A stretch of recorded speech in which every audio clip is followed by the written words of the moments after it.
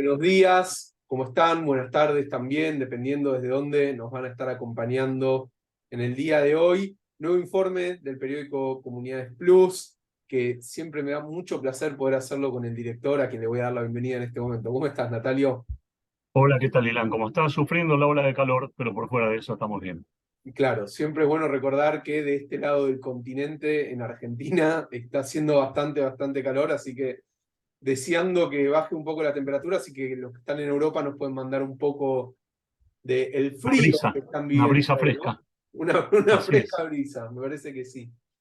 Natalio, tenemos para el informe del día de hoy algo muy interesante, algo de lo que se habla poco, de lo que también hay poco material en español, así que me parece que está bueno que lo podamos tratar, que es ni más ni menos el tema de los árabes israelíes.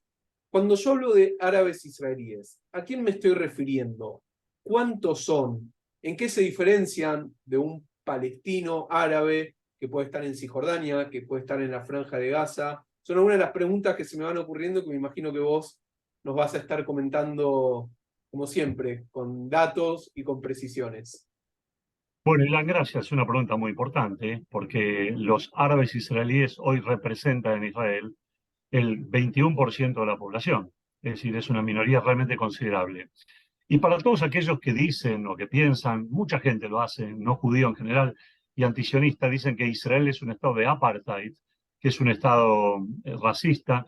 Bueno, le podemos decir como nuevo dato que en el día de hoy se conoció el hecho de que la Suprema Corte de Justicia impidió que el ministro Ari Ederi pueda asumir o tomar el cargo. De hecho está, pero inhibió su presencia. ¿Sabes qué? De los 11 jueces que votaron, uno que votó en favor de esta resolución es árabe-israelí. Es decir, un juez árabe-israelí, está dictaminando que el gobierno de un Estado judío va a ser manejado de alguna manera también por gente que es no judía. A ver, para ser más preciso, ¿de dónde viene el término árabe-israelí? El árabe-israelí es todo aquel palestino, y fíjate lo que estoy diciendo, que quedó viviendo en la tierra de Israel después de la guerra de 1948, o que quedó viviendo en los límites del Estado de Israel después de la guerra de 1948. Otros palestinos quedaron fuera de los límites de la tierra de Israel y son los que hasta el día de hoy llamamos palestinos, que están en los territorios de Judea y Samaria y que no tienen ciudadanía israelí. Pero todos aquellos árabes israelíes que desde el 48 hasta nuestros días están viviendo dentro del Estado de Israel gozan de igualdad de derechos plena y total en el Estado judío, más allá de que culturalmente tengan otras percepciones, otras sintonías, otras ideas, o tengan una relación ambivalente y conflictiva para con el Estado hebreo, que está en una situación de litigio, lo que podemos decir, con sus primos hermanos, los palestinos que están del otro lado de la línea verde. Esto, a modo de síntesis, Ilan. Estamos hablando ya entonces, Natalio, de por lo menos tres o incluso hasta cuatro generaciones de árabes israelíes que están con pleno derecho viviendo en el Estado de Israel, que este año está por cumplir 75 años. Por eso hablo ya de tres o incluso quizás hasta cuatro generaciones. Efectivamente, son tres, cuatro generaciones y el sentir de los árabes israelíes se ha ido modificando con el correr del tiempo. No podemos decir que todos piensan lo mismo o que todos sienten lo mismo hacia el Estado judío.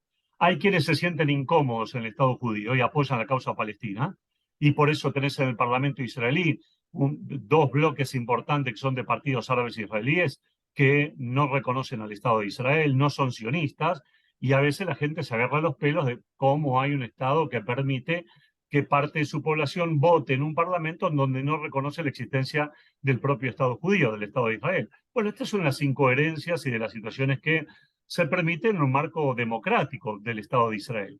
Pero lo que es interesante, Ilan, y es que con el correr del tiempo, las jóvenes generaciones de árabes israelíes se han ido, perdón por el término, israelizando cada vez más y palestinizando cada vez menos.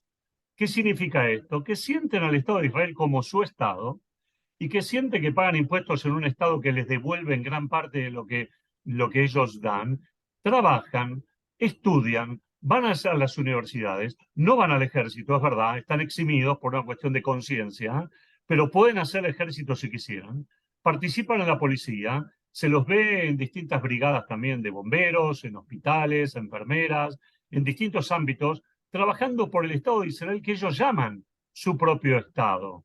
Inclusive el partido RAM, que el año pasado estaba en el poder en el marco de la coalición que formó Bennett, Lapid, etcétera, etcétera, y fue la primera vez que un partido árabe se incorporaba al gobierno de Israel, el partido RAM y su líder dijo claramente: reconocemos que el Estado de Israel es un Estado judío, pero queremos que nos reconozcan a nosotros como una minoría árabe israelí. En ningún momento nombró la palabra palestino, nombró la palabra minoría árabe israelí. O sea, la fidelidad de ellos, en este caso, en este grupo etario, está definida en favor del Estado judío. Recordemos, Natalio, el líder del partido RAM, que se llama Mansur Abbas. Así es. Por un lado, eso creo que en parte estuviste hablando, pero yo te quisiera preguntar si hay como un bloque en gran cantidad donde se puede decir la mayoría de los ciudadanos árabes israelíes viven en las siguientes ciudades. ¿Cuáles son aquellas ciudades en Israel donde se encuentran ellos actualmente? Bueno, principalmente contra los árabes israelíes en la Galilea, en la zona de la Galilea, casi el 50% de la población es árabe israelí.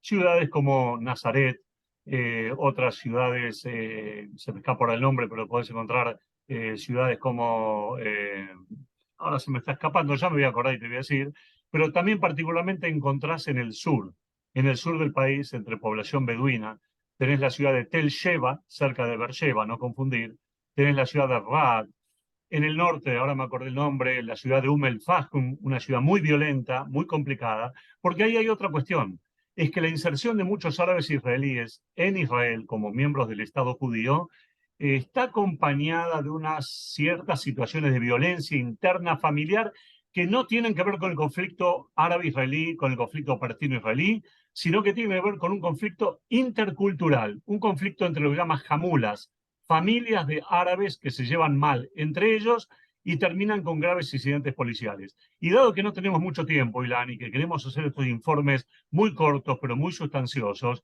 directamente, permitime decir que la policía israelí ya desde el año pasado y ahora este año también con este nuevo gobierno está incrementando la presencia policial en las ciudades árabes israelíes para tratar de evitar todos estos fenómenos de violencia que llevan a la muerte, directamente a la muerte, a entre 100 y 150 personas al año, víctimas de sus propias diferencias culturales. Hay mucho para trabajar con el árabe israelí, pero no se puede poner en un mismo paquete a todos los árabes israelíes y decir todos odian al Estado de Israel, porque esto no es cierto.